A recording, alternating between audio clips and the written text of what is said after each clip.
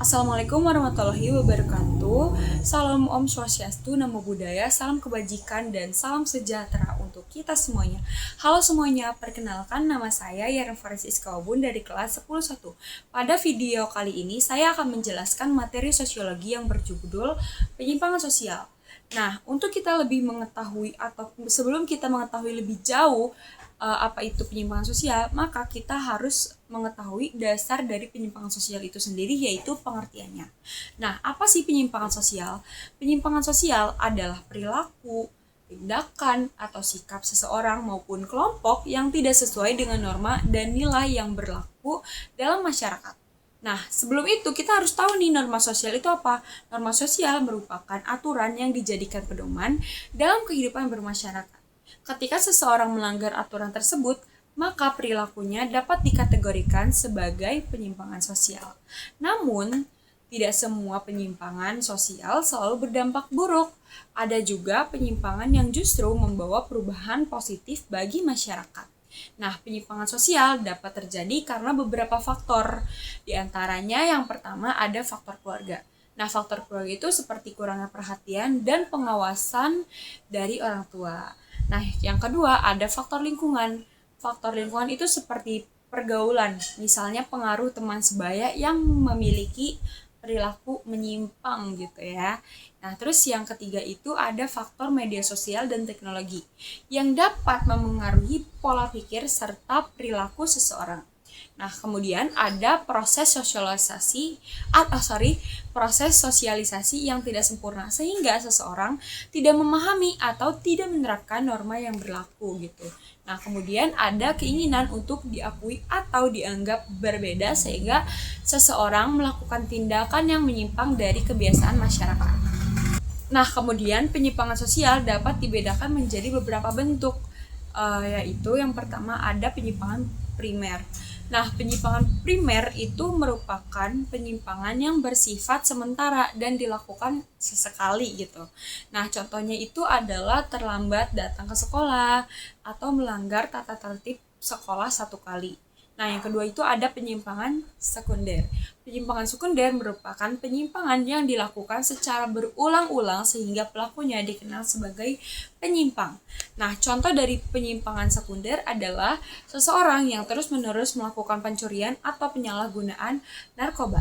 Nah, ada beberapa contoh penyimpangan sosial yang sering dijumpai dalam kehidupan sehari-hari. Nah, diantaranya itu adalah membolos sekolah, melanggar aturan lalu lintas, bullying atau perundungan, vandalisme atau merusak fasilitas umum, penyalahgunaan narkoba, kemudian ada tawuran antar pelajar.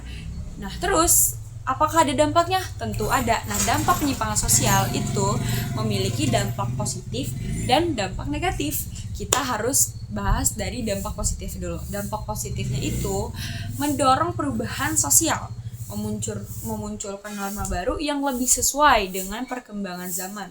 Kemudian ada membantu masyarakat mengevaluasi aturan yang sudah ada, dan kemudian pasti ada negatifnya.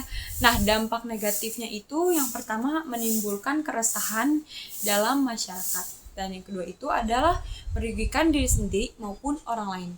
Kemudian ada mengganggu ketertiban dan keamanan, kemudian ada menurunkan kualitas kehidupan sosial. Upaya mengatasi penyimpangan sosial itu ada bermacam-macam. Itu tadi kita udah sebutkan dampaknya dan ada upayanya. Ada beberapa upaya yang dapat dilakukan untuk mengurangi penyimpangan sosial. Yang pertama itu ada memperkuat pendidikan karakter. Itu pasti ya, kita harus memperkuat pendidikan karakter karena di negara kita penyimpangan sosial yang bentuknya itu negatif itu nggak boleh, teman-teman. Dan yang kedua itu ada meningkatkan pengawasan dan perhatian dari keluarga. Nah, ini pasti harus banget karena pengawasan dan perhatian dari keluarga itu penting banget perannya, teman-teman, karena segala hal itu harus dimulai dari rumah gitu. Jadi kita harus mendapatkan rasa nyaman dari rumah sehingga rasa kita untuk mengetahui atau penasaran dari dunia luar itu sedikit mengurang karena mungkin aja kita tidak akan nyoba-nyoba gitu, teman-teman. Nah, terus kita harus memilih lingkungan pergaulan yang positif, teman-teman, gitu. Ini ada sangkut pautnya yang tadi yang udah kita bahas tentang pengawasan orang tua. Yang dimana kalau misalnya ada pengawasan dan perhatian dari keluarga, otomatis keluarga akan menyarankan kita untuk memilih lingkungan pergaulan yang positif, begitu teman-teman. Nah, kemudian kita harus menanamkan nilai dan norma sosial sejak dini, dari usia dini, dan memberikan sanksi yang tegas terhadap pelanggaran aturan. Semuanya itu ada berkaitannya semuanya, teman-teman. Nah, yang penting kita harus paham dulu apa itu penyimpangan sosial, teman-teman, dan dapat kita simpulkan bahwa penyimpangan sosial adalah perilaku yang tidak sesuai dengan norma dan nilai yang berlaku di masyarakat. Penyimpangan sosial dapat disebabkan oleh berbagai faktor dan memiliki dampak positif maupun negatif. Oleh karena itu, diperlukan kerjasama antara keluarga, sekolah, dan masyarakat untuk mencegah terjadinya penyimpangan sosial. Nah, sekian materi yang dapat saya sampaikan. Terima kasih atas perhatiannya. Wassalamualaikum warahmatullahi wabarakatuh. Terima kasih.